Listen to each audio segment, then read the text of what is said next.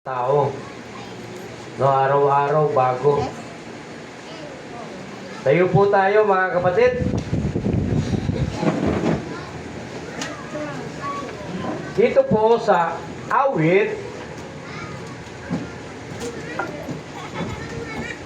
sa mababaw na salin, ganito ang sinasabi ng salita ng ating Panginoon.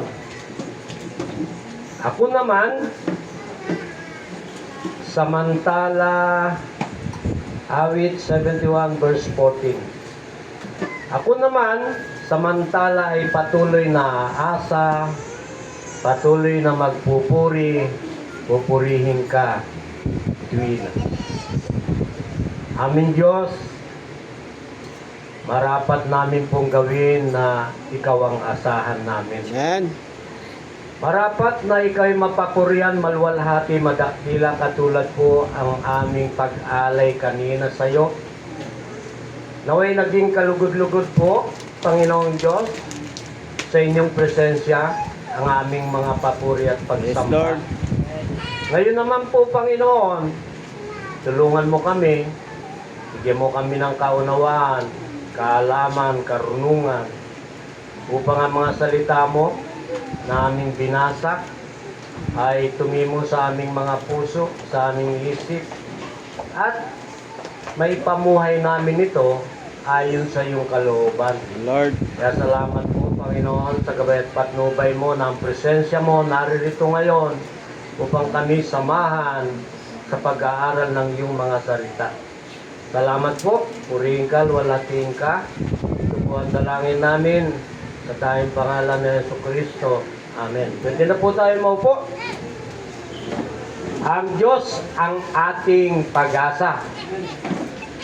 Kahit anong panahon, lalo na ngayon, bagong taon ng 2025, ang Diyos lamang ang ating aasahan sa lahat ng panahon sa pamamagitan ni Jesucristo. Amen? Sabi nga, always continue in hope with God. Lagi raw tayong magpatuloy na asahan ang Panginoong Diyos. Bakit po ba? Ang Diyos natin, tunay naman na makapangyarihan. Hindi lang siya makapangyarihan, siya ay tapat sa lahat ng mga nananampalataya, nananalig sa Kanya. Amen? Siya ay mahabagin. Puno siya ng kahabagan, mga kapatid. Puno rin siya ng pag-ibig na hindi nagmamaliw. At higit sa lahat, tumutupad siya sa kanyang mga pangako.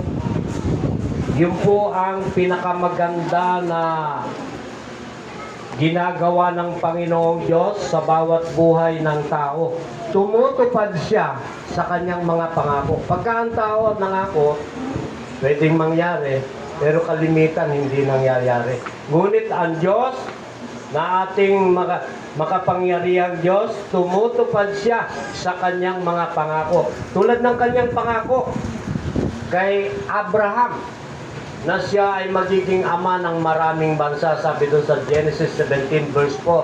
Pero basahin natin to sa Romans chapter 4, verse 18 hanggang 22. Ganito po, kahit wala ng pag-asang magkaanak, nanalig pa rin si Abraham na siya ay magiging ama ng maraming bansa. Purihin ang Panginoon. Ayon sa sinabi sa kanya, sindami ng mga bituin ng iyong magiging lahi. Din Diyos, lahat ng bagay kaya ng Panginoon. Kaya pagtitiwalaan po natin, pananampalatayanan natin. Kaya ang sabi po, hindi siya nag-alinlangan sa pangako ng Diyos. Kaya hindi tayo dapat mag-alinlangan. Mga kapatid, mapangyayari ng Diyos ang lahat ng mga bagay.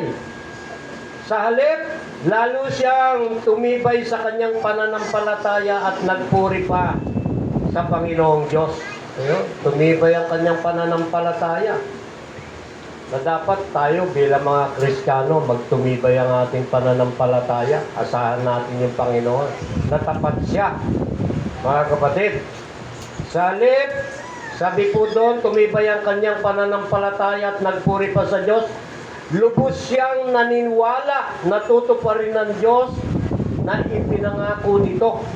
Kaya dahil sa kanyang pananampalataya, siya itinuring ng Diyos bilang isang matuwid. Yung meron palang pananampalataya, sa Panginoon Diyos, itinuturing pala po yun ng Diyos na matuwid. Hindi lang siya, mga kapatid.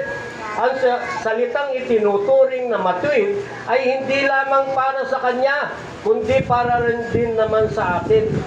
Praise the Lord. Kaya yung pananampalataya na yon, yung pangako ng Panginoon, may katiyakan na tutuparin niya. Sapagkat ang salita ng Diyos, totoo, mga kapatid, yak sigurado mangyayari at maaasahan. 90 na, magkakaanak pa ba yun? Si Sarah. Ngunit sa kapangyarihan ng Panginoon, nagkaroon pa ng pag-asa, na si Sarah nagkaanak pa dahil yun ay pangako ng Diyos. Kaya bilang mga Kristiyano na tunay na may pananampalataya sa ating Panginoong Diyos sa pamamagitan ng ating pag-asa kay Hesus Kristo, mga kapatid, na ating Panginoon, umasa tayong palagi. Pagtibayin natin yung ating pananampalataya sa Diyos sa pamamagitan ng ganap na ehemplo ni Hesus Kristo. Yun po ang kailangan yung mapatatag ang ating pananampalataya sa pamamagitan ni Hesus Kristo. Si Hesus Kristo po ang ganap na ehemplo ng tunay na huwaran ng lahat ng mabubuting mga bagay, lalo na yung pananampalataya sa Diyos. Kaya hindi lang po yun sa pagdalo na ito, kundi paglabas natin, yung pananampalataya natin makita sa atin, mga kapatid. Halimbawa, mga kapatid, sa panahon ng mga pagsubok, panahon ng mga problema, mga sakit, siya ang ating pag-asa, sabi doon sa awit 62 verse 5. Kaya yung pag-asa natin siya, pagtitiwalaan natin siya, na walang kalakip na alinlangan tulad ni Abraham. Panghawakan natin yun. Nagagawin yun ng Panginoon. Halimbawa, katulad nung mag-a-abroad, panghawakan natin, makakapag-abroad tayo sa pamamagitan ng Panginoon. Hindi sa pamamagitan ng lakas mo, talino, kundi sa pamamagitan ng Panginoon. Aalisin niya yung mga hadlang sapagkat pinagtitiwalaan mo siya ng walang kalakip na alinlangan. Ang gagawin lang natin, mga kapatid, maghihintay tayo. Maghihintay tayo dun sa tugon ng Panginoon. Waiting for God that He answer our petition and request. Kailangan, hihintayin natin, mga kapatid. Na-expect natin na darating at darating yon, natutugon siya sa kanyang panahon, sa kanyang oras. Amen? Amen. Bakit? Anak niya tayo na lalaki. Anak niya tayo na babae. We are His sons and daughters. Anak niya tayo. Sapagkat tayo, tinanggap na ng Panginoon bilang mga tunay na mga Kristiyano. Sabi nun, sa Romans 15:7, we are for God and we are for Jesus. Kaya, manatili tayo sa Kanya. Kailangan abide and remain in Him. Kailangan hindi na tayo aalis. At yung pananampalataya natin na yun, pagtibayin natin. Alam natin, kilala natin yung pinaglilingkuran natin. Dalawa, yung kanyang ama. Alam niyo po ba na pangalan ng sabi? Call upon the name of the Lord and be saved. Anong pangalan ng Panginoon? Ama, yung una, yung kanyang ama.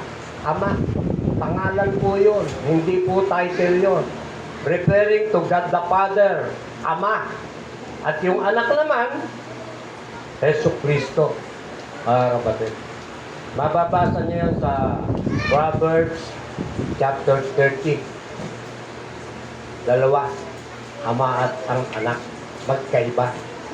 Kaya salamat, mga kapatid.